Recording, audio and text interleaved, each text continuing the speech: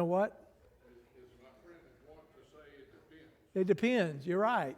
Can I have 1 minute? 1 minute. I don't need that. Okay. So, all of y'all know Margie Ingram is doing an Easter event at her house next month. She is wanting to hand out Bibles to the children and the teenagers that are coming to that event. So she has reached out to me and asked for some assistance in purchasing those Bibles. So if anybody's interested in helping purchase those Bibles, please see me, get with me, and I will help you help her. So right now we're looking at about $300 that we want to spend to help her get these Bibles. So anybody that wants to participate with that and help Margie, just see me and I will make sure we do that. Thank you. Or one person could write one check, right? For $300. For $300. Okay. So we want to make sure that they have that. They know they have that option. They do have that option. Okay. Just a little interesting tidbit before we get started. Since Todd took 2, I'll take 2. Let me add 1 to it. I had an email from one of the elders this week. He said, play the video each week and take as much time as you need for class. All right? So if the preacher goes over, he said, don't worry about it. You take as much time as you need. So I said, and I had 2. I sent that out to the other 2 elders. One of them came back and said, that sounds good to me. So we got a quorum, 2 out of 3, a majority. So that's the way it is.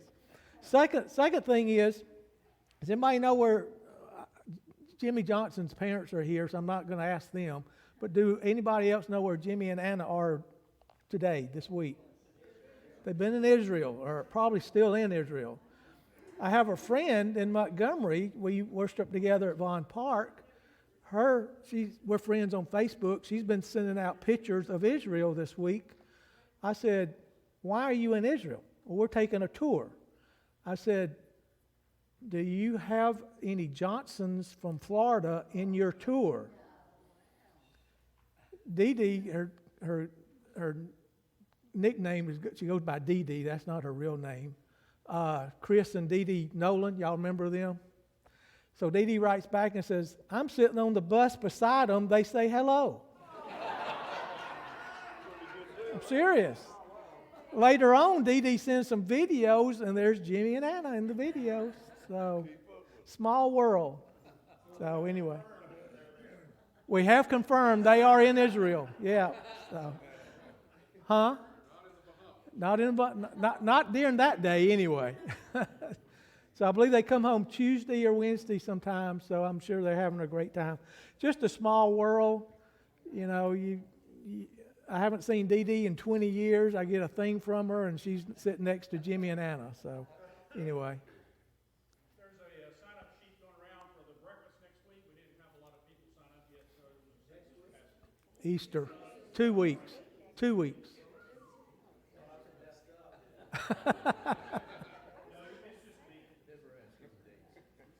All right, let's get started. Does everyone have a handout or access to a handout?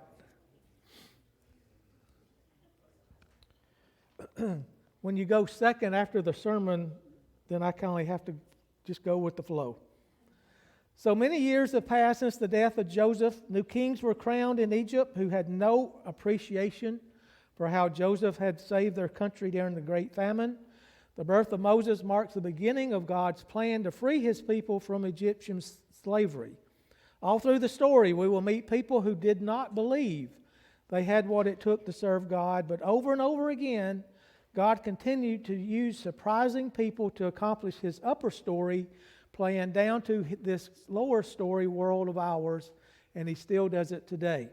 The breakdown for this lesson, the Pharaoh who forgot, God in the wasteland, the confrontation, and then deliverance, danger, and desert. I won't say desert, but that's desert. The plot, God never forgets his promises or his people, and he responds when they cry out for help. Although humans might be awed by the power of earthly empires, pharaohs are no match for God's might, power demonstrated by the 10 plagues of judgment on Egypt. The Passover provides a clear picture of the sacrificial lamb as an atonement for the nation of Israel, prefiguring Christ's sacrifice on the cross for the people of God. And finally, God wants his people to see his acts of deliverance so that they will remember them and know that He can be trusted to keep His promises in the future. So David, if you'll start the video, we'll watch the video and then we'll come back and break it apart.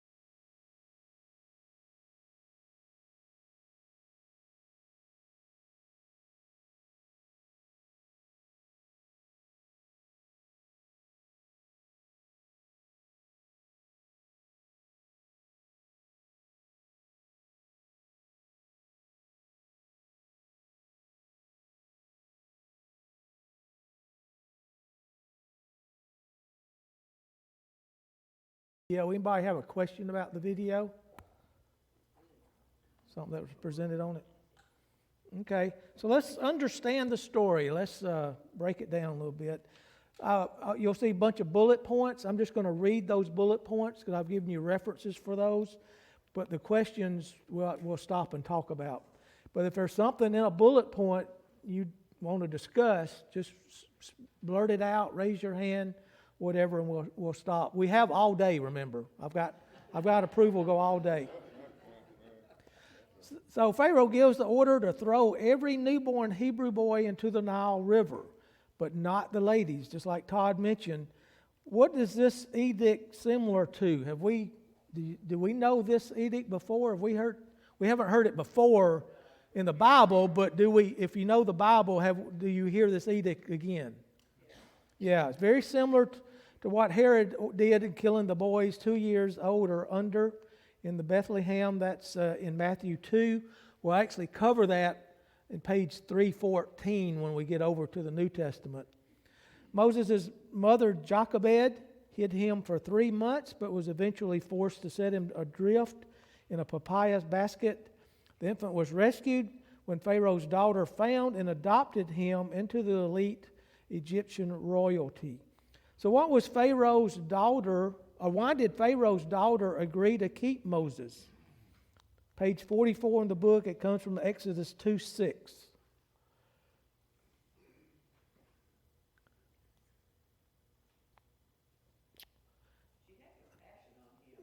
Yeah, Exodus 2:6 says she felt sorry for him. So she felt sorry for him. And she immediately didn't have to worry about taking care of him. Exactly. Yeah, exactly. And if we know the story, then Moses' mother is the one who actually raised him. So when Moses was 40 years old, and Todd threw that age out, but it's not in the book. You had to go to Acts 7 to see that. But when Moses was 40 years old, he, incensed by an act of Egyptian violence toward one of his enslaved countrymen, killed the taskmaster and hid the Egyptian body in the sand. Realizing that Pharaoh knew what he had done, he fled to the wilderness. While in Midian, Moses meets a priest. His name is Jethro. Some translations will call him Ruel. He marries his daughter Zipporah. Zipporah and Moses have 2 sons. Now, in the book, he only talks about the one son, Gershom. On page 45, it comes from Exodus 2:22. Does anyone know the name of the second son?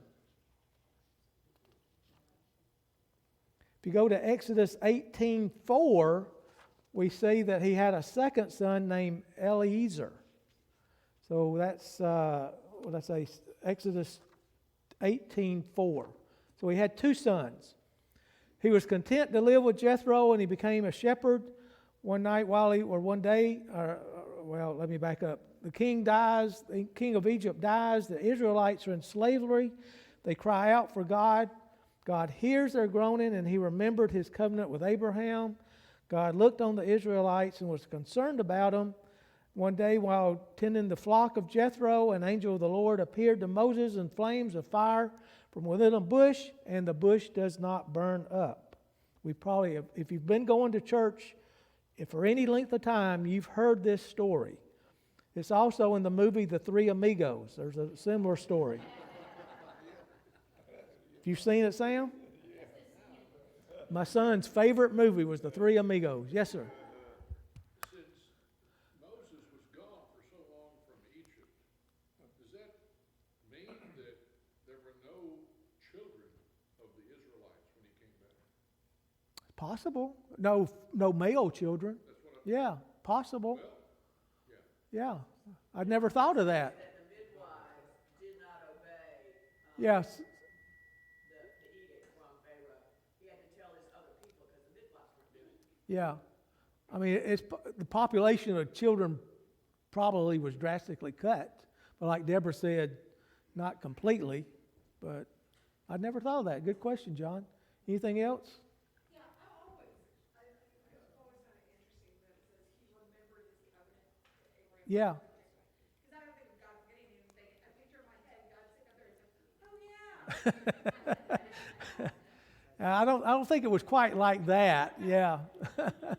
Yeah. That's how the wording interests me. Yeah. That's the way that's the way it's worded. So yeah. Yeah. Anything else?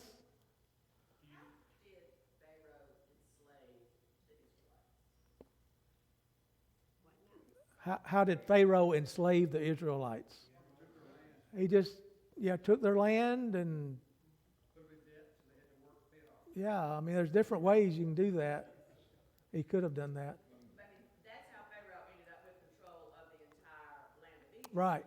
But we don't have any evidence No. in the Bible that he did that. Not in the Bible. I'm sure not in the Bible. I'm sure there's historical evidence. So anybody else? There's a lot supposedly historically about the Israelites Yeah. because the Egyptians didn't write much about No, they kind of wiped them off the map, so to speak, or tried to. So yeah. Do you think that was this the same Pharaoh that Moses was born under? No. No. The Pharaoh changed. Pharaoh's change. Yeah. it. Said that he was dead. Yeah. Pharaoh is a title. Yeah. It's like Caesar in the New Testament. There's several Caesars. Pharaoh didn't have the same kill all the children. It could have been. It could have changed. And in the movie, it's Moses' brother that's now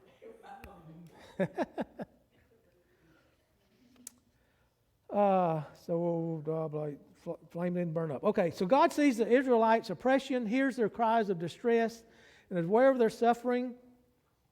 So question number 2, what did God say he would do? Page 46, Exodus 3:8. What did God heard the Israelites moaning and groaning and grumbling. So what did God say he would do? Yeah. Rescue and lead them into their own land. Exodus 3:8. So God tells Moses to go to Pharaoh and lead God's people out of Egypt. I had not realized this until Todd mentioned it. It kind of came to me. Here, God is telling Moses to go. What does God tell us to do? Go. So it's similar to what God tells us to do, right? Not under the same circumstances, but the word go is there. So see, Todd, I was listening. Delivering people from their sin. Exactly. Yeah. Yeah. There's a lot of, I mean, there's a whole sermon in just that word go. So, Todd or Gary, if y'all need a sermon, there you go. So, how did Moses see himself and his abilities, and how did God see him? So, first of all, how did Moses see himself when God said, go to Pharaoh? How did Moses see himself? What did Moses say? Yeah, he's inadequate. You're kidding, God. Yeah, verse 10, 4:10 said, I'm not very good with words.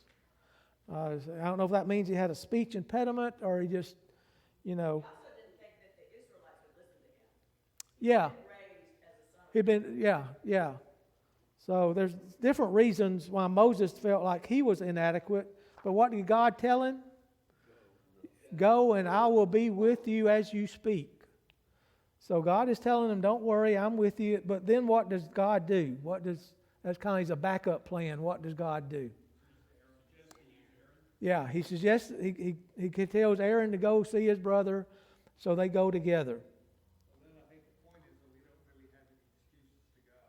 No, he's gonna open doors. If we think we have an excuse, he's gonna open a door and lead us through it. So, Jesus did that too. He sent the apostles yeah, out 2 by 2, yeah, So maybe there's something to learn about that. yeah.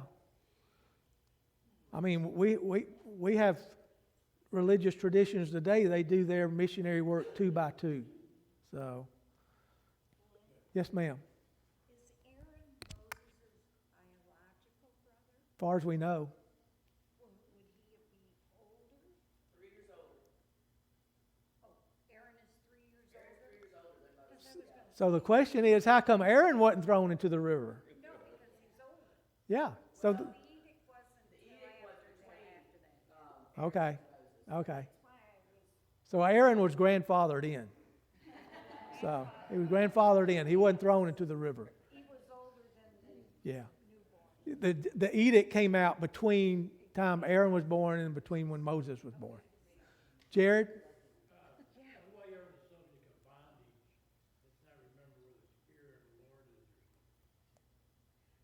Okay. Yeah. Anything else?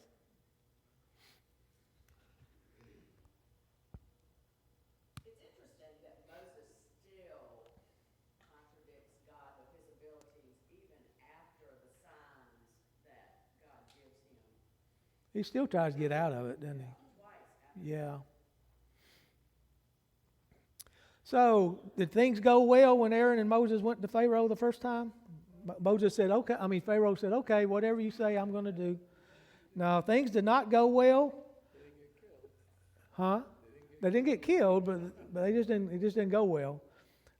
Pharaoh, he not only refused their request to let the people of Israel hold a festival to the Lord in the wilderness, but he also made their slave labor even more difficult, without reducing their production of bricks, and also they had to furnish their own straw to mix with the clay. So what was God? Somebody say something? So what was God's response to Pharaoh's action? Page 48, Exodus 6:1. Pharaoh responded this way with Moses and Aaron. What was God's response? Yeah. Exodus 6:1. Then the Lord told Moses, now you will see what I will do. And when he feels talking about Pharaoh, and when he feels the force of my strong hand, he will let the people go. So kind of like God said, I'm going to have the final word here.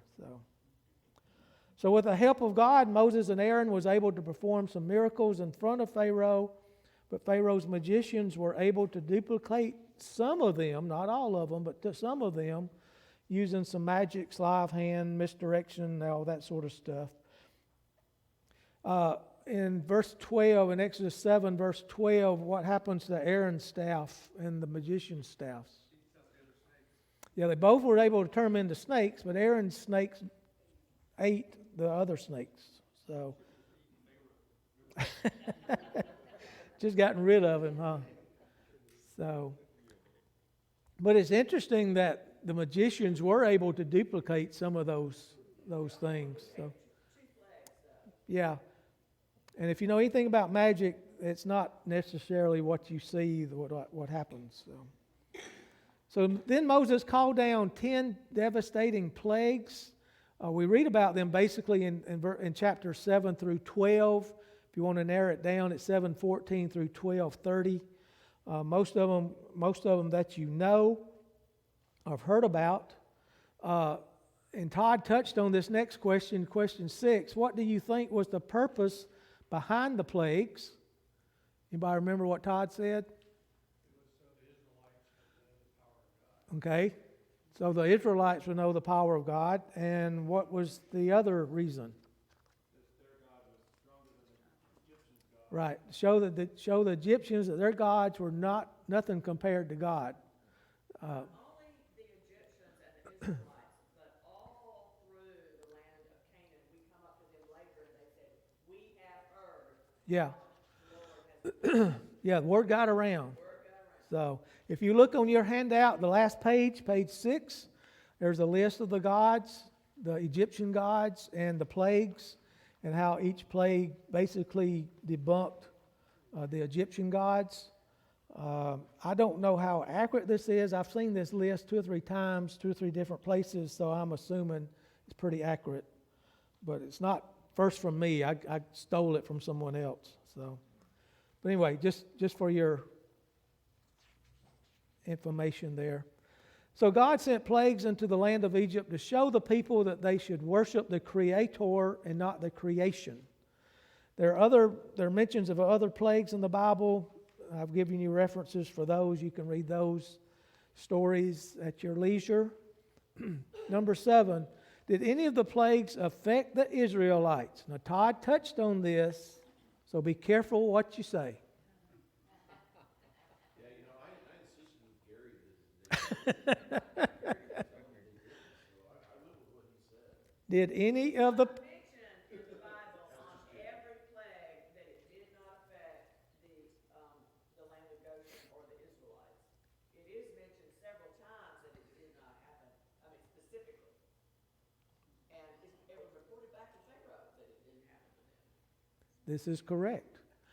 You can go to Exodus 8, 22 and 23. Verse 22 says, now the first three plagues have already happened, so then we pick up on verse 22 of Exodus 8. But this time I will spare the region of Goshen where my people live. Verse 23, I will make a clear distinction between my people and your people. Then in Exodus 10, talking about the locusts, verse 14, and the locusts swarmed over the whole land of Egypt, settling in dense swarms from one end of the country to the other. And verse 15, not a single leaf was left on the trees and plants throughout the land of Egypt. And of course, the death of the firstborn, if the Egyptians had not obeyed the rule of putting the blood on the door, as far as we know, their firstborn child, male child, would have been killed also. Yeah, that's interesting. As far as we know, the Israelites did not have to suffer the darkness. It says that. So if you saw, I just dropped the microphone. I hate to admit this, but if you saw the Married with Children show one time, y'all know what? Anybody know what I'm referencing? They went back to their homeland, and there was a curse over their family, and where their family was from was complete darkness, and it was like a line. And you walk out of the darkness into the light, and vice versa. So I'm wondering if that's how this may have been here. I mean, I'm just... Well, we're told later before the Egyptians come that there was the cloud and the pillar of fire. Yeah. And there was a difference there. Yeah. As well. Yeah. That there was like with the Israelites and not with the Egyptians. Right. So it would have been interesting to see how all that worked out. So anybody else have a question or a discussion or comment about the Israelites actually having to suffer a few of the plagues? Wayne? Do you think the plagues have any parallel to today? Do plagues today have a parallel to the plagues from this time? Parallel, what do you mean? Well, is there any parallel between what God did to change the mind of Pharaoh? Because he used those same ideas or concepts today to change the minds of people. In other words, does he get us to do his will, maybe some sort of event that is unpleasant to us? I'm going to answer this the best way I know how. Perhaps. Yes, ma'am. Connie? Back in 1989 or 88, in Kansas City, for 3 days, we had crickets. And I mean, those crickets, it was in the spring, they hatched, whatever they do. And I remember that for some reason I had to go to Sears, and you literally got out of your car, they jumped up in your car, you crunched them, walking up to the store. They had people with brooms standing at the door to swish the crickets back out so they would not get in the store. And there were articles in Kansas City going, have we done something?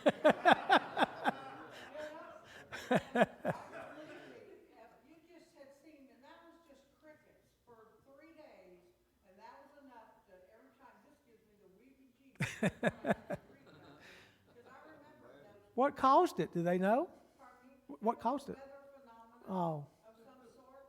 Which is also what God used in the plague. Yeah. And then the fourth, it was like the fourth day, they were all dead. All gone? You just swept them all up, and I mean, sweep cleaners were sweeping up the cricket. Yeah. I do think it's interesting that God uses nature. He uses his own Yeah, his own creation. Yeah. Yeah. Some of it, the tenth plague wasn't anything of his own creation. Margaret? I've got to ask this since it's sitting on my mind, but so God was hardening Pharaoh's heart so that there would be time during these plagues for the Israelites to believe, to have more belief that God is going to really do this for them. Did God tell Moses, hey Moses, I'm going to have you do these 10 different plagues, but Pharaoh's not going to go along with any of them until the last one. So he never shared that with Moses. And Moses I don't think so. Deborah, do you know? Actually, he told him that I will harden. He said he would harden his heart, but he didn't give him a reason, I don't think. So, didn't know how many times he would no. Mm-mm. Mm-mm. just kept trying. Mm-hmm. You know, much like the book, the story is all the Bible, but not all of the Bible. Right. The Bible is all the conversation, but not all of the conversation. Correct. Yeah. And we know that from, There were probably billions more words spoken throughout these years than we have recorded. well, we know that with Jesus. I mean, if we had everything Jesus said, enough books wouldn't fill them up. So, It was also interesting that he hardened Pharaoh's heart, which ended up not making the people happy. yeah, because it prolonged it. Yeah, prolonged everything. Yeah. Jared? Yeah, it's very interesting here. At verse 12, for they cast down on every man his rod and he became serpents. These are magicians and stuff like that. Yeah, they were magicians. Yeah. I wonder if that could be applicable somewhere today, Okay, and of course Aaron's rod. I love to have Aaron's rod. He threw it down and cut it. Well, if you know anything about magic, there's always a sleight of hand or a misdirection. So I don't know how they were doing it, but and God may have given them the ability to do it because He wanted to show Aaron's staff eating, overtaking those. So God may have been, allowed them to do that. I don't know. I know enough about magic to know nothing is what you think it is. So, Bernard?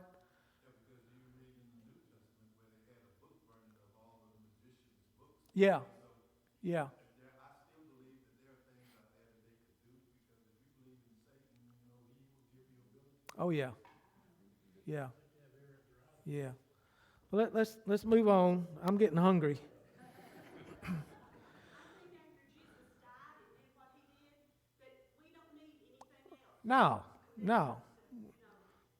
After that, Like the saying goes, it is what it is, so just accept it. So anyway. So in Exodus 12:43 through 49, we have the instructions for the festival of the Passover, the eating, what to eat, how to eat it, how to dress, blah, blah, blah. One thing I caught in Todd's sermon that I had not thought about, one reason why they may have had to eat so fast and have everything ready to go is, as we're going to talk about in just a few minutes here, or just a few seconds really. Remember, Pharaoh lets them go, but then he changes his mind. So if the Israelites had not been ready to go when he said go, and were still hanging around when Pharaoh said, no, I've changed my mind, then they would have been stuck. So there was a small window of opportunity, as we would say. So that's just, again, hypothetical reason why God had them ready to go. So how is Passover an ancient sign pointing to the death of Jesus on the cross as the final Lamb of God who will take away the sins of the world? How is Passover in the Old Testament pointing to the death of Christ on the cross? There are a lot of similarities between Yes, the two. Even Jesus was actually crucified on Passover. correct. So that was the same day that the lambs were being sacrificed. And what was he actually celebrating are participating in the Thursday night before he was crucified. Passover, the Passover meal. So, yeah. So, He also entered the town on the 10th day of the month, which was when the lambs came. and you're going to talk about that in May. Is that right? Okay. Well, if you'll notice the schedule, if you remember the schedule, there's 4 breaks, 5 counting the homecoming, which we will not have class on. There's 4 breaks, and Wayne is going to be teaching this exact thing on one of those breaks. So Pharaoh finally agrees to free the Israelites, Exodus 12:31. How long had the Israelites people lived in Egypt?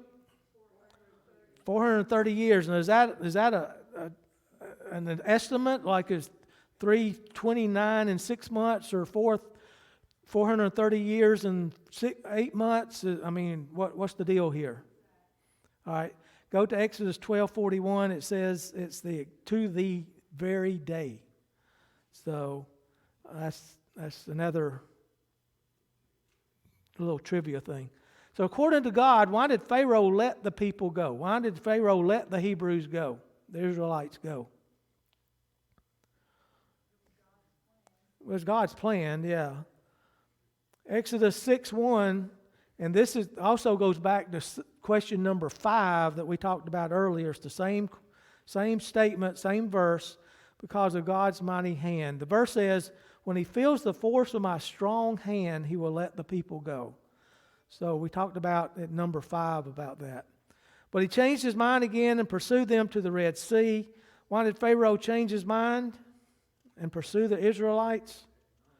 Yeah, economics. He realized he had free labor and he was letting them go. So that was all of his labor. So when God led the Israelites out of Egypt, he led them straight to the Red Sea. Yes or no? No, he did not. Exodus 13, 17, and 18 says he led them in a roundabout way. And why was that? Does anybody know? It's not in the book.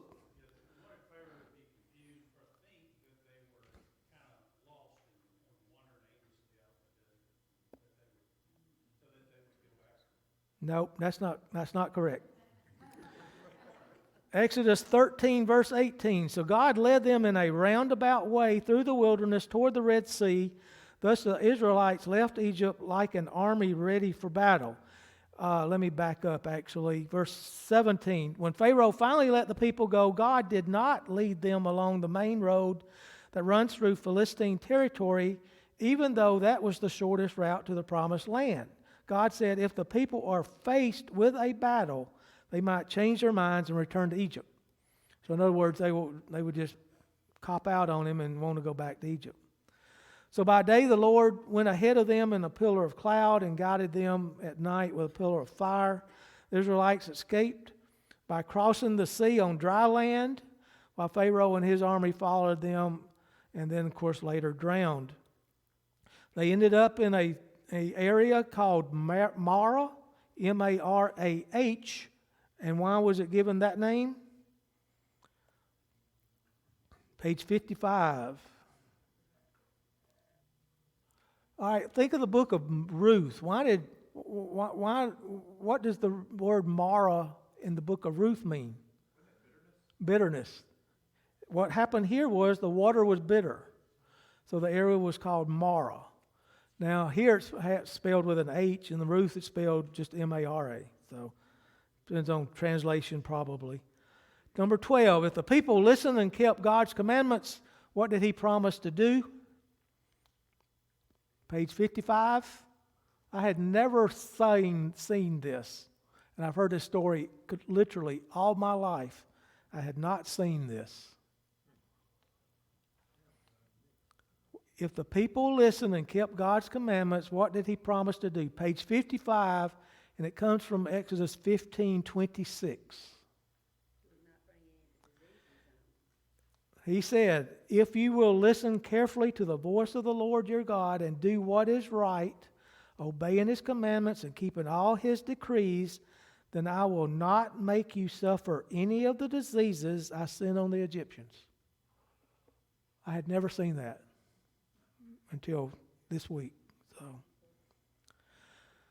So the people of Israel entered the wilderness of sin not long after leaving Egypt on their journey to the Promised Land, page 55.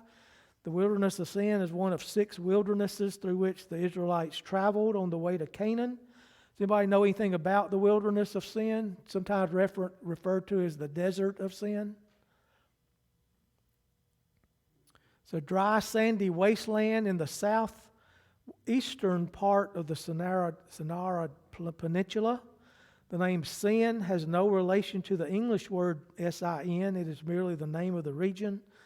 The area may have derived its name from the ancient moon god Sin, S-I-N, who was worshipped by desert dwellers. So the only other mention of the wilderness of sin is in the book of Numbers, and it's part of the journal that Moses was keeping about the Israelites' journey from Egypt. The Israelites began to murmur again about the food and water. What did they want to do? They wanted to go back, and that's number 15, page 55, Exodus 16:3. So they want to go back to Egypt. Why did they want to go back to Egypt? I mean, they were slaves. Yeah, they had food. They had probably housing. They had to work for it, but, it is what it is. As they say as some people say, 3 hots and a cot. Had 3 meals and a bed. We won't say why that's reference, will we, Sam? So God hears their complaints and miraculously provides water and meets the quail and manna. So when we talk about manna, what is it? That's it. What is it? Nobody knows. That's the word manna actually means what is it? It was a sweet cake-like substance which descended each morning in the dew. Exodus 16:31 says it was white like coriander seed and it tasted like honey wafers. Numbers 11:8 says it was flour. They ground the flour in hand mills, pounding it in mortars, and boiled it in pots to make flat cakes. And then Psalm 78:25 calls it the food of angels. So they received exactly the amount needed each day. What happened if they gathered more than enough for the day? It rotted. It would be full of maggots and have a terrible smell. But on the 6th day, they were due what? Yeah, pick up a double helping because they didn't do it on the 7th day, on Sabbath. The people of Israel set out from the wilderness of sin, arriving in Rephidim, I think is how that's pronounced, where there was no water or drink, so they complained again. And what happened? What did God tell Moses to do? Strike the rock first. He struck the rock first. Speaking comes later. But on page 57, Exodus 17:1-6, God tells Moses to strike the rock, and water comes gushing out. He used the same staff that he used in Exodus 7:20 to turn the water of the river Nile into blood. That's the same staff that he used then. So Moses calls the place Massah and Meribah because the Israelites quarreled and because they tested the Lord, saying, "Is the Lord among us or not?" So that's page 57, comes from Exodus 17:7. Any questions, comments about lesson 4? How far was it when the Israelites left to the Red Sea? How long did it take them to get from here to Todd showed you a map this morning. Weren't you paying attention? No, I guess I don't know. Todd, do you know? David, do you know? Okay, Deborah's gone. I don't know. I tell you what, if you'll be here next week, I'll try and have you the answer. Okay? Any other comments, questions? The older I get, the more beautiful baptism becomes to me because he asked them to put blood on the door. He asked us to be buried in order to come in contact with that blood Right, and to walk a new life. right. And he invites us to do that. Yeah, Buried and yeah, yeah. Jared? No, I don't think anybody does, for that matter. Yeah, I've heard that. I've heard there's a shelf underneath there. Yeah. Yeah, and there's supposedly some wagon wheels have been found and stuff like that. So I don't know. I don't know how we would know the exact place. So anyway. So in the lower story of lesson 4, Moses isn't qualified for such an important task, but in the upper story, God sees Moses' weakness as the best channel for his strength. When Israel is successful in being freed from the Egyptian oppression, everyone will see God. So next week we'll look at the powerful commandments God gives to Moses and the Israelites and how he builds his upper story covenant with them. Your homework, read chapter 5 or lesson 5 or session 5, however you want to refer to it. So, anything else? Thank you for your comments. Appreciate your input. We'll see you next week. Be safe.